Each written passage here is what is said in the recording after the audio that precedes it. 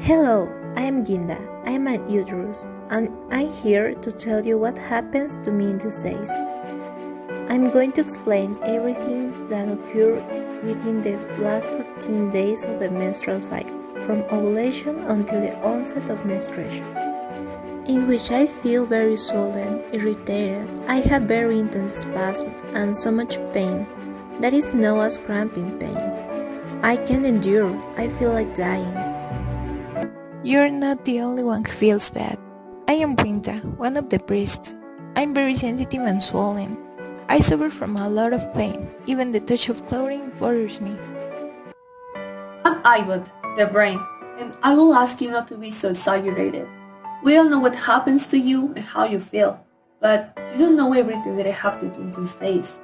To begin, this whole process is called premenstrual syndrome, a group of symptoms, physical signs, and emotional problems that usually occur within the last 14 days of the menstrual cycle, from ovulation until the onset of menstruation. Serious enough to cause deterioration of interpersonal relationships and affect normal activities. These can be the signs of PMS. As progesterone levels are increasing, the skin is inflamed and the pores are closed, causing the fat accumulated beneath its surface. The increase in progesterone starting from the middle of the cycle stimulates the production of pain in the sebaceous glands. Progesterone causes swelling of the mammary glands. This change can cause pain in your breast. When diarrhea appears, everything occurs by low levels of progesterone. This is a muscle relaxant and gives rise to accelerated peristalsis. Now that you mention it, I feel something strange in those days. It's very uncomfortable to wear the brush all day, and the clothes that I usually use well, throughout process, they squeezes. The period is controlled and regulated by a complex orchestra of hormones secreted by the pituitary gland, hypothalamus, and the ovaries. The natural fluctuations in hormone levels, especially estrogen and progesterone, during a week or two before menstruation, are responsible for the symptoms of PMS. The levels of estrogen and progesterone drop dramatically after ovulation.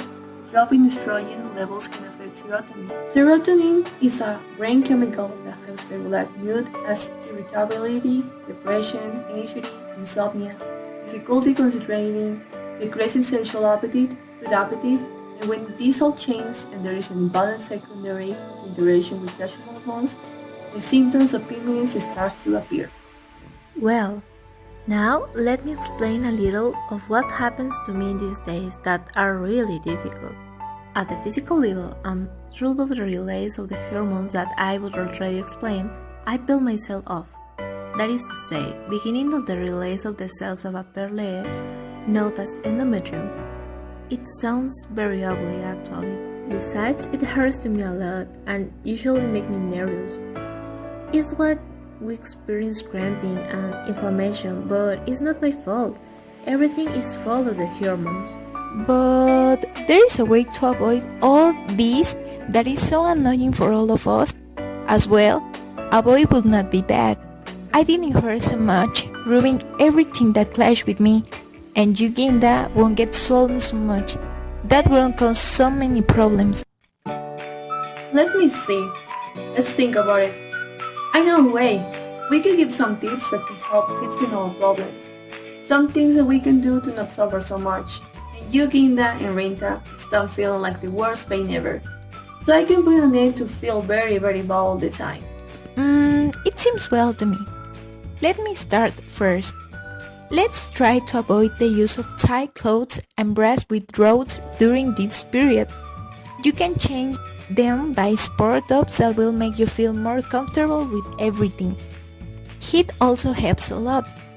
Taking a little special pill for premenstrual syndrome, those who you can find in every pharmacy, also helps a lot. Yes, I know of those special pills.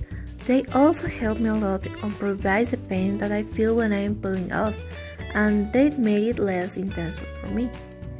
Using pads with warm water helps to reduce the inflammation and stop giving so much trouble.